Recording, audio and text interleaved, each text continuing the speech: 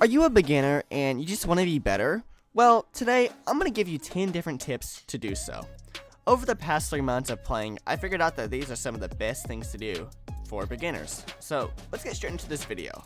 And first up, we have ourselves step number 1, walking backwards off the start. Walking backwards allows you to collect materials instantly, also letting you collect materials while the gym has a speed buffer at the start, and this can also help you collect more gold and iron a lot faster. This is very helpful for some of the next steps. Now moving on to our second step, bed defense. This is one of the biggest ones. Make sure to cover your bed with something. It doesn't have to be perfect, but it's got to be covered. Use different blocks like I did here with stone and wool. Don't just put wool, they'll break right through it. After completing this, it's on to the third step. You got to take out your enemy rush. These guys are very important to get rid of because these are the ones that are sharing the diamonds with you, and these diamonds are extremely important. They'll help out a lot later in the next tips. After successfully collecting your first rush's bed and completely eliminating the first rush team, it's time to make a choice between choice A and B. Choice A is going to the middle and collecting emeralds. Choice B is staying back and collecting diamonds. Which one sounds like the better option? Well, for tip 4, we're going to go with staying back and collecting diamonds. Tip 4 may seem like a bad idea, but this is a very, very useful one. Collecting diamonds will allow you to get upgrades like reinforced armor, sharpness swords, traps, and a better gen. And depending on the game mode you play, between solos, doubles, quads, and triples, the diamond prices will vary. For example, in doubles, it'll only be 2 diamonds for Prot 1, but in 4s, it'll be 5 diamonds for Prot 1. Now, when I'm saying stay and get diamonds, do I mean that for the whole entire game? No, I don't mean for the whole game. I just mean get yourself a decent start with diamonds off the beginning. You want to get at least sharpness 1 and Prot 1 or 2 before you go to the middle so you can outgear and outstack everyone there. If you have better gear and better sharpness on your swords, you're gonna win more fights, unless you're just not a great PvPer. Tip number 5, if your island gets rushed like ours did and you have a lot of blocks everywhere, go ahead and remove all of these blocks, so then you can reset your base and make it look better, and then you can start working on a better upgrade as well for your bed. Now moving on to tip 6, the bed defense. Make sure to do layers. You want to have stone, wood, glass, and keep that order going. This right here is alright, but this can be easily broken. You want something more like this right here.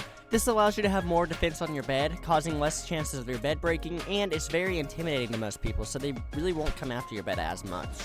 Alright, we're flying through these tips. I think it's time for an honorable mention. The honorable mention would be helping sub to me to beat my car. Yeah, you heard me, beat my car. I'm racing against my car in a sub war. It's at like 30,000 something miles, which equals 1 sub for every mile, and I'm only at 750, but surprisingly we've actually been catching up to it recently.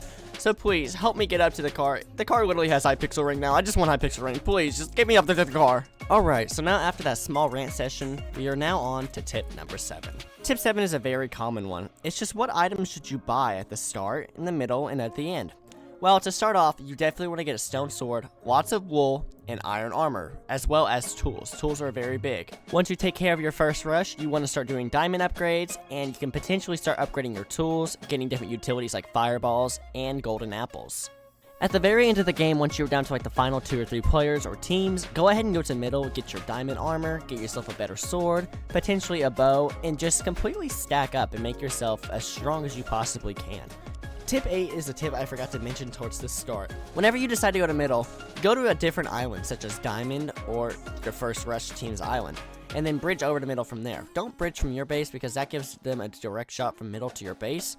Make it to where they have to work a little harder. They got to go all the way around just to get to your base. This can also help you because it can save you guys time, allowing them to have to take more time to get to your base. Tip number 9 is a tip to make people really like you.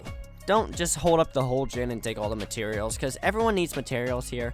Don't take every single one, because if you're the only one with materials, it's not going to help the whole team out, because only you have stuff and no one else does. Make sure to share the gen, and also, don't be like me and put all your stuff in ender chests. Put stuff in the community chest to help your teammates out. And finally, onto my final Bed Wars tips, number 10. Just have fun.